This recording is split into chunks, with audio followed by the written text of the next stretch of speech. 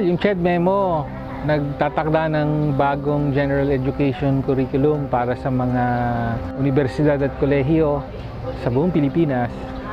Mula sa mga 60 units or more na general education curriculum ngayon, binawasan ito magiging 36 units na lamang dahil umano sa pagpapatupad ng K-12, particular yung senior high school. Marami sa mga subject na tinuturo dati sa general education curriculum ng mga colleges, ibababa na sa senior high school ayon sa CHED. Matindi ang epekto nitong CHED Memo na ito. Unang-una ay wala itong Filipino subject required. Hindi na magiging malay na bahagi ng buhay ng ating mga mag-aaral sa universidad at kolehiyo ang wikang Filipino. Marami nang nababalitaan na magsasara ang mga departamento ng Filipino sa mga pribadong paaralan. Yung mga contractual naman na mga teaching staff sa pribado at pampublikong paaralan, hindi na lang i-renew yung mga ito. Mawawalan sila ng kagyat ng trabaho dahil wala na raw silang ituturo.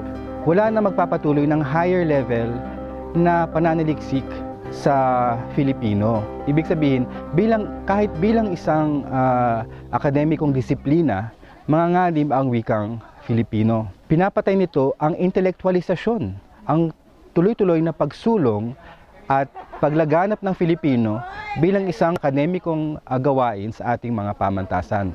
Hindi ito nagbibigay galang o respeto sa naabot na ng wikang Filipino bilang isang larangan ng siyentipiko at akademikong pag-aaral. Ang Filipino bilang isang wika ay isang simbolo ng ating pagkabansa. Pero hindi lang dapat ito manatili bilang isang simbolo. Ito dapat ay maging isang wika na ginagamit natin sa lahat ng mga larangan ng ating kaalaman.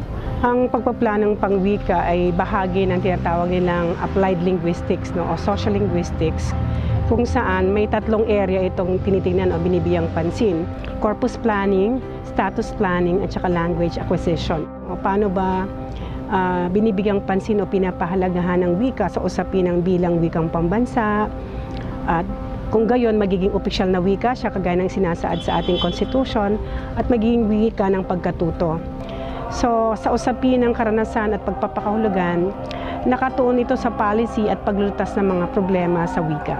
Ang dilema at lugaming kalagayan ng wika, at lalo na ng ating pambansang wika, ay nasa balangkas talaga ng internationalization, at saka yung tinatawag nating marketization of education.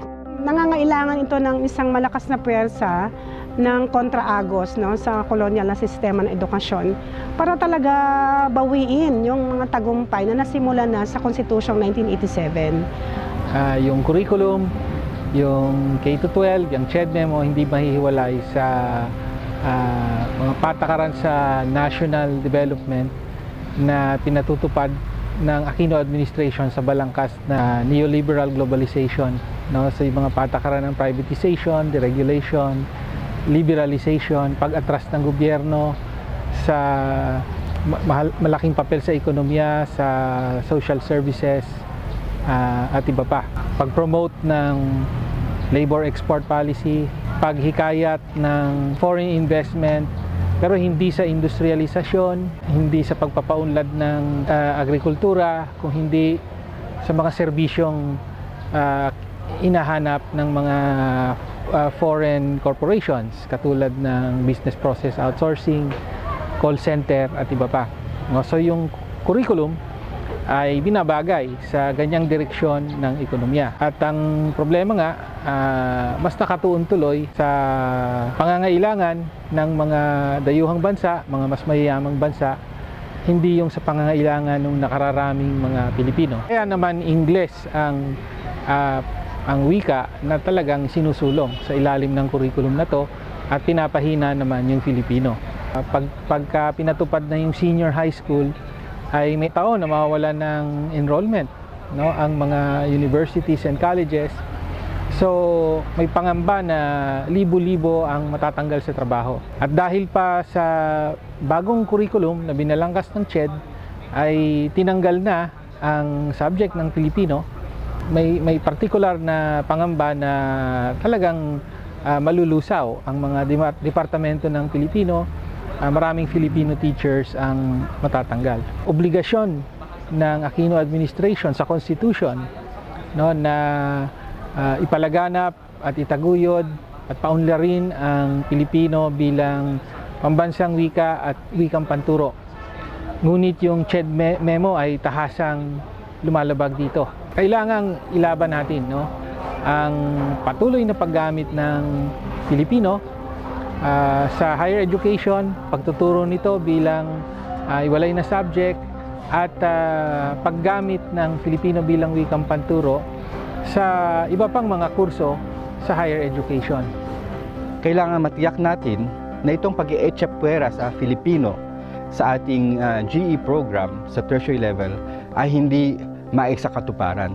Yan yung pagwasak ng presensya ng wikang Filipino sa akademya bilang isang lehitimong wika ng pananaliksik at gawaing intelektual. So ang usaping wika ay usapin ng pagsusuri din sa sistema ng edukasyon o sa kabuuan sa ideolohiyang kumakalat o lumalaganap sa ating lipunan.